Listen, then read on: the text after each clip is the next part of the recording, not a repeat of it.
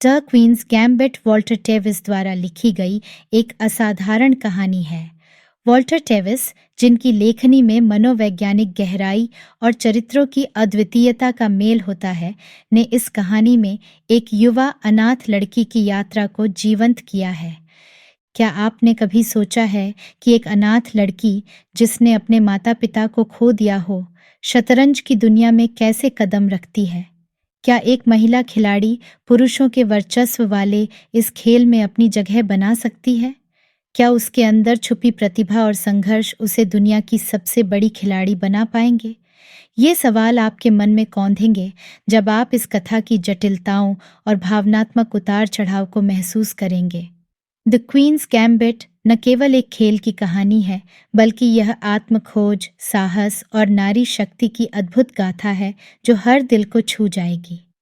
तो चलिए शुरू करते हैं। अध्याय 1। अनाथालय जीवन। एलिजाबेथ हार्मोन, एक नन्ही सी बच्ची, एक भयानक कार दुर्घटना में अपने माता पिता को खो देती है। उसे मैथ्यून होम नामक एक अनाथालय में भेज दिया जाता है।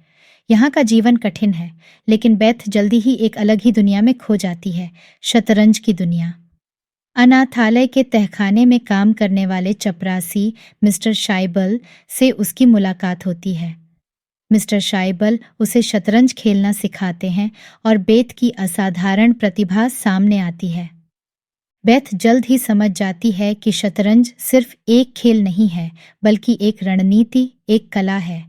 मिस्टर शाइबल के मार्गदर्शन में वह अनाथालय के बच्चों को एक एक करके हराने लगती है। इसी दौरान अनाथालय में दिए जाने वाले ट्रैंक्विलाइजर गोलियों की उसकी लत भी शुरू हो जाती है।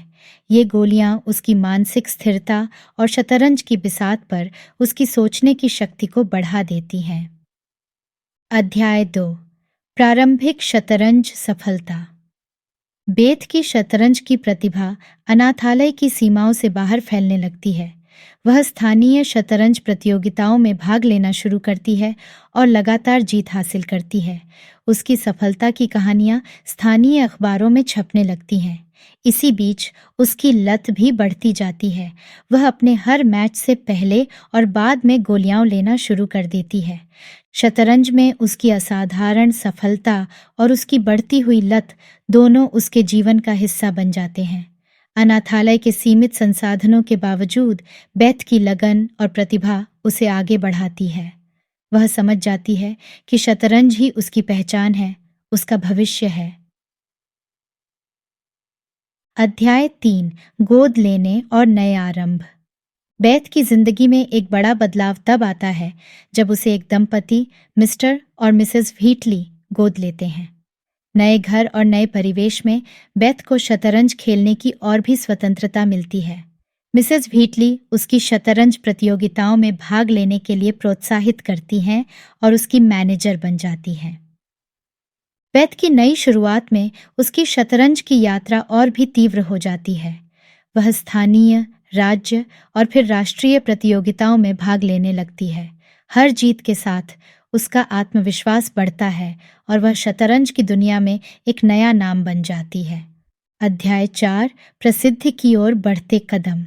बेथ हार्मोन की शतरंज में अद्वितीय प्रतिभा और उसकी अनोखी शैली ने उसे जल्द ही चेस की दुनिया में एक उभरता हुआ सितारा बना दिया। उसके मैचों की कहानियां और उसकी विजय की खबरें अखबारों की सुर्खियां बनने लगीं। वह जहां भी जाती, लोग उसके खेल की प्रशंसा करते और उसकी रणनीतियों के बारे में चर्चा करते।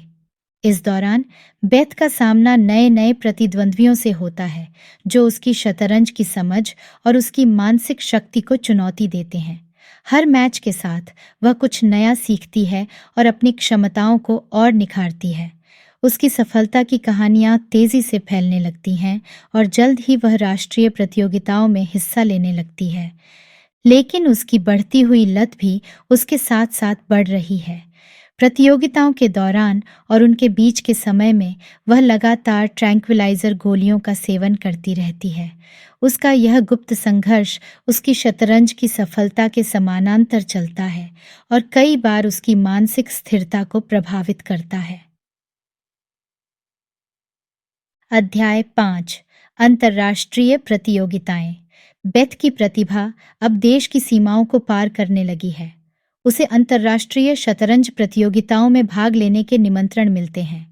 यह उसके लिए एक बड़ा अवसर होता है, जहां उसे दुनिया के सर्वश्रेष्ठ खिलाड़ियों के साथ मुकाबला करना होता है। इन प्रतियोगिताओं में भाग लेने के लिए वह और उसकी मैनेजर मिसेस व्हीटली विभिन्न देशों की यात्रा करती हैं। हर अंतर्राष्ट्रीय टूर्नामेंट में बेथ को नए और अनुभवी खिलाड़ियों का सामना करना पड़ता है।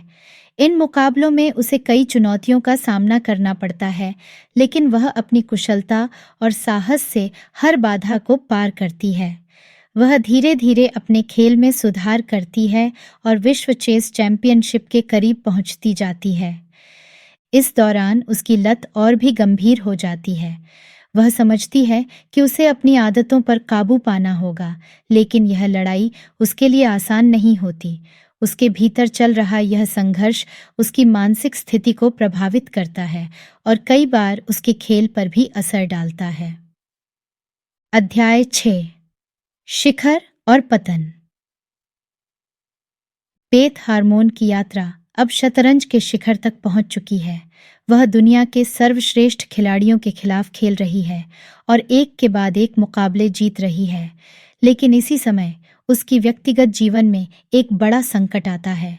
उसकी लत और मानसिक संघर्ष उसे एक गंभीर स्थिति में पहुंचा देते हैं, जहां उसे अपने जीवन और करियर दोनों के लिए लड़ना पड़ता है। वह समझती है कि उसे अपनी लत से छुटकारा पाना होगा, लेकिन यह आसान नहीं है। उसकी यह लड़ाई उसके खेल के साथ साथ चलती है। कई बार उसे ऐसा लगता है कि वह सब कुछ खो देगी, लेकिन उसकी दृढ़ता और संघर्ष उसे इस कठिन समय से उबारने में मदद करते हैं। अध्याय 7 पुनरुत्थान और विजय। बेथ हार्मोन की सबसे बड़ी जीत तब होती है जब वह अपनी लत पर काबू पाती है और अपने दोस्तों और सहयोगियों की मदद से अपनी मानसिक स्थिति को स्थिर करती है। वह अपनी नई ऊर्जा और दृढ़ संकल्प के साथ विश्व चेस चैंपियनशिप में भाग लेने के लिए तैयार होती है। मास्को में होने वाली इस चैंपियनशिप में वह दुनिया के सबसे बेहतरीन खिलाड़ियों का सामना करती है। हर मुकाबला उसके लिए एक नई चुनौती होता है, लेकिन वह अपनी कुशलता और रणनीति से हर बाधा को पार करती है। अंततः वह विश्व चेस चैंपियनशिप जीतती है और अपनी सबसे बड़ी जीत हासिल करती है। अध्याय 8 निष्कर्ष। बेथ हार्मोन अब विश्व चेस चैंपियन बन चुकी है। उसकी यह यात्रा केवल शतरंज की बिसात पर विजय की नहीं, बल्कि अपने भीतर के संघर्षों और चुनौतियों पर जीत की भी कहानी है। वह अपने जीवन के अनुभवों से सीखती है और आगे के लिए नई संभावनाओं के साथ तैयार होती है। अध्याय 9 जीवन की नई शुरुआत। बेथ हार्मोन ने विश्व चेस चैंपियनशिप जीतकर अपनी जिंदगी के सबसे बड़े सपने को साकार कर लिया है। अब वह अपनी नई पहचान और प्रतिष्ठा के साथ एक नए जीवन की शुरुआत करने के लिए तैयार है। वह अपने पुराने संघर्षों और लत को पीछे छोड़कर एक स्वस्थ और संतुलित जीवन जीने का प्रयास करती है। बेथ अब अपने अनुभवों को दूसरों के साथ साझा करने का निर्णय लेती है। वह शतरंज की शिक्षा देने और युवा खिलाड़ियों को प्रशिक्षित करने के लिए एक संस्था की स्थापना करती है।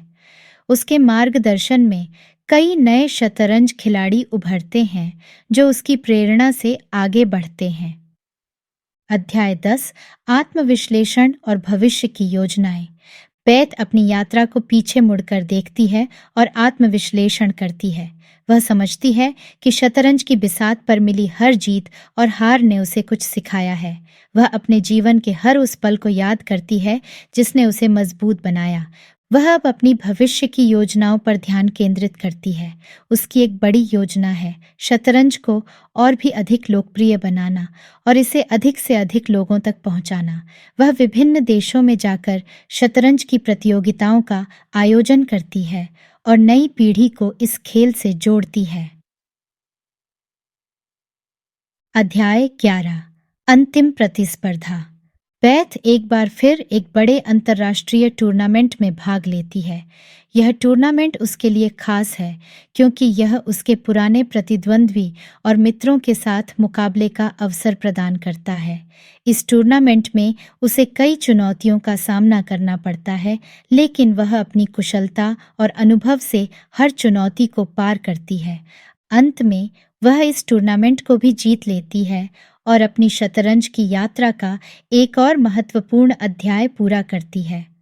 उसकी यह जीत उसे और भी अधिक प्रेरित करती है और वह समझती है कि उसकी शतरंज की यात्रा अभी खत्म नहीं हुई है।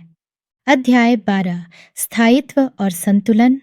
अब बेथ एक संतुलित और स्थायी जीवन जीने का प्रयास करती है। वह अपने दोस्तों और परिवार के साथ समय बिताती है और अपने जीवन में स्थिरता और शांति खोजने का प्रयास करती है।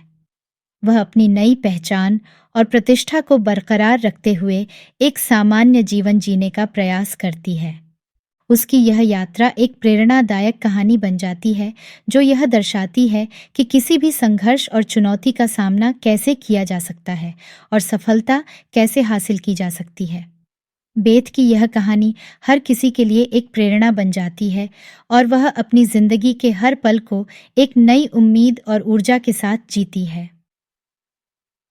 संदेश और शिक्षाएं। ओ धैर्य और दृढ़ता। बेथ हार्मोन की कहानी यह सिखाती है कि किसी भी सपने को पूरा करने के लिए धैर्य और दृढ़ता आवश्यक है, चाहे कितनी भी कठिनाइयां आएं। अगर हम अपने लक्ष्य के प्रति समर्पित रहें तो सफलता निश्चित है। वो स्वयं पर विश्वास। बेथ का आत्मविश्वास और उसकी स्वयं पर विश्वास उसे हर मुश्किल से पार पाने में मदद करता है। यह कहानी हमें यह सिखाती है कि हमें हमेशा अपने आप पर विश्वास रखना चाहिए।